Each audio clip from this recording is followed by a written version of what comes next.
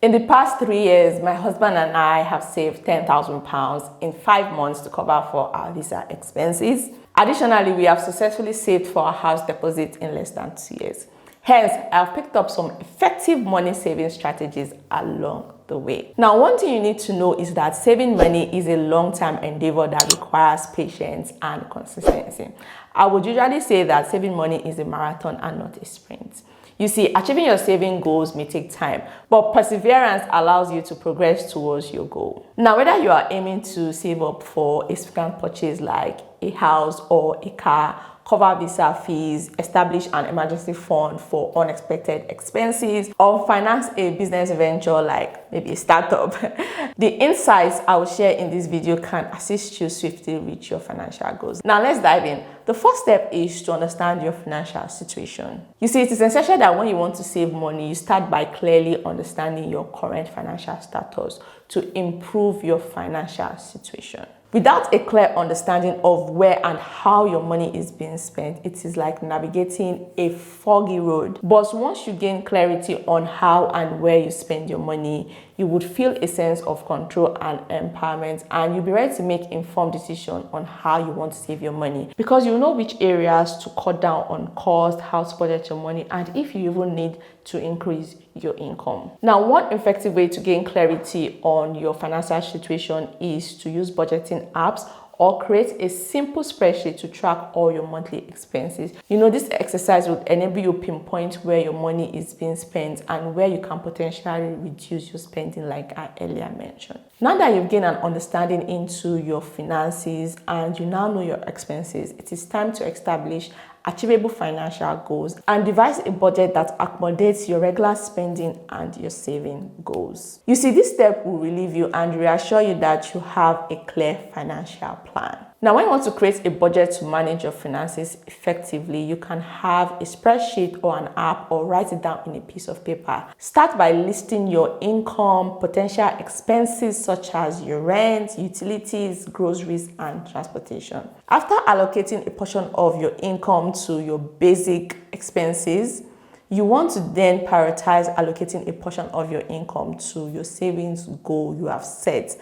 before committing to any other cost. Now, one thing you need to have at the back of your mind is that to manage your finances efficiently and save money, you must be disciplined and stick to your budget and goal. So once you create your budget, once you get your salary, ensure you stick to what you have written down or what you have planned out in your app or what you have planned out in a spreadsheet if you're using a spreadsheet for your budgeting. Because what is the point of creating a budget if you will not follow the budget? Next, it's time to identify and reduce non-essential spending. Now, begin by evaluating your subscription services like streaming platforms or gym membership, as well as your dining habits such as eating out frequently or buying coffee daily. Now, once you have evaluated your lifestyle choices, you can then start to make small lifestyle changes such as cooking at home instead of eating out more frequently. You know, making your coffee at home instead of buying coffee daily at a coffee shop. If you decide to put all the little money you used to eat out or buy coffee into your savings, it can quickly add up and help you reach your saving goal faster.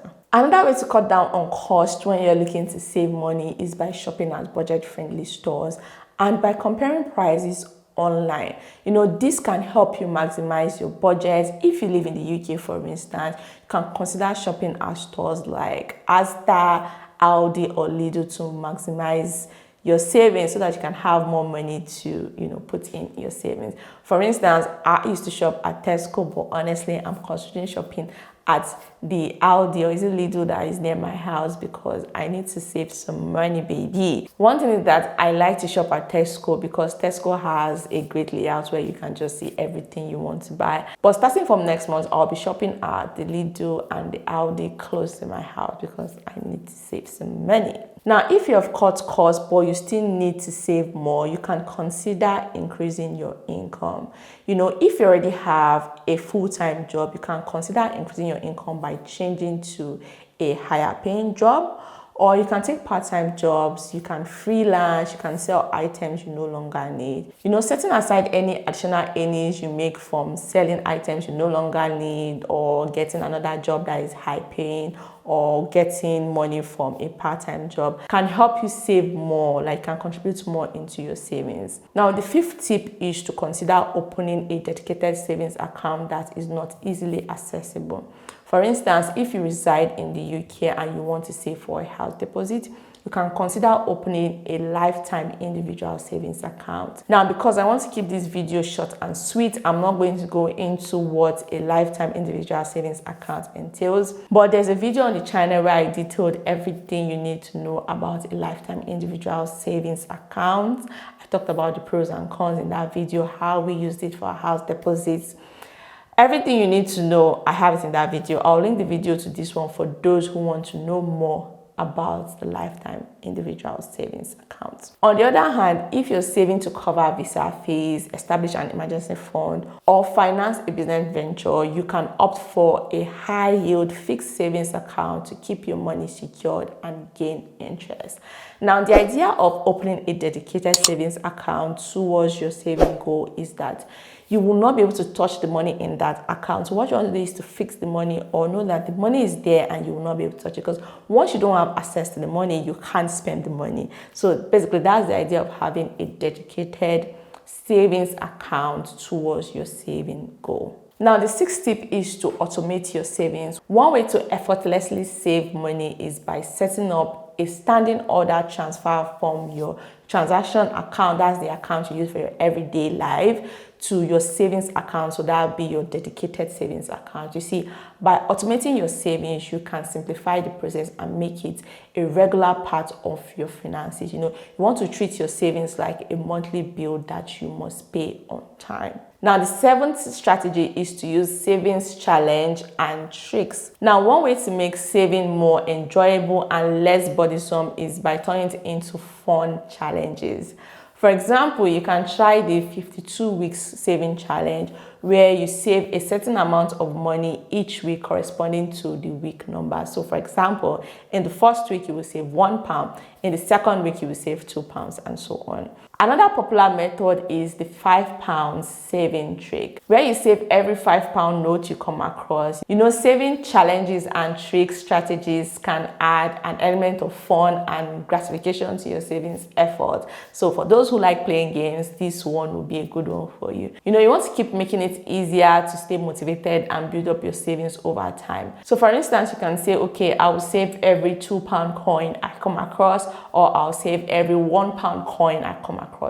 Just keep it easy, nothing cumbersome. Tip number 8 is to reduce your debts. High interest debts can significantly impact your financial situation, making it difficult to save money. So it's important to prioritize paying off high interest debts as soon as possible, just to free up some money to put more money into your savings. Additionally, it will be wise if you avoid accumulating more debt and instead focus on living within your means. By avoiding taking out more loans, you would have more money to put in your savings because you don't have those loans to pay. If you practice living within your means, you will not have to go over your budget. It will help you stay on track, and you also be able to put more money into your savings. Finally, it is essential to review and adjust your saving strategy regularly. You see, life is constantly changing, so you want to update your budget and saving habits as necessary.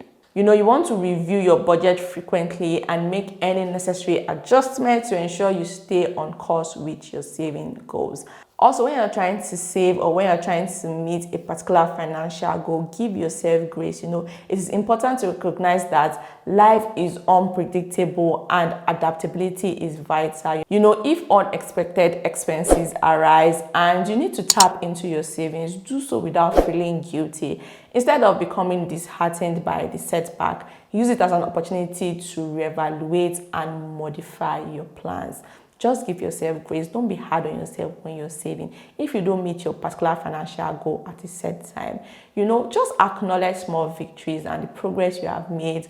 Understand that savings is a long-term endeavor rather than a quick fix. Maintaining this equilibrium would help you stick to your financial objective while treating yourself with compassion and empathy. And there you have it, guys, my 9 effective money saving strategies.